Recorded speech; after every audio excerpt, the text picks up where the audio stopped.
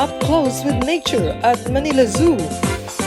Have you been to the new Manila Zoo? Finding the child of me, igniting my passion for nature, bonding with grandkids, appreciating the beauty of wildlife, being kind and caring towards animals, communing with flora and fauna, which God created to make life on earth beautiful. These are just some of the delightful moments and realizations as we finally visit the new Manila Zoo.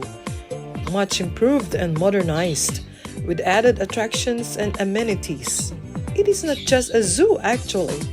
It is a zoological, botanical garden with butterfly galleries, children's park, towering trees full of birds' nests, and 90 species of wildlife, more than 1,000 animals, some huge and amazing, like the Bengal Tiger, Asian elephant, African lion, Philippine crocodile, and monkeys, among others.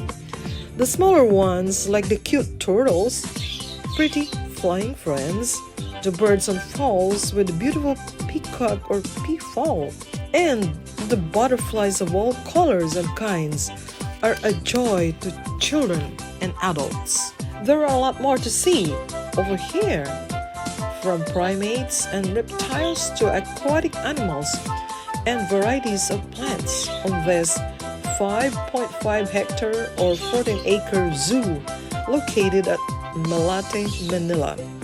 It was first opened in 1959 and renovated and reopened in 2022.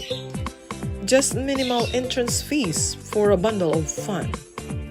For Manila residents, it is at 150 pesos each for children and adults, 100 pesos for students, non-residents 300 pesos, 20% discount for seniors, and free admission for 2 years old and below.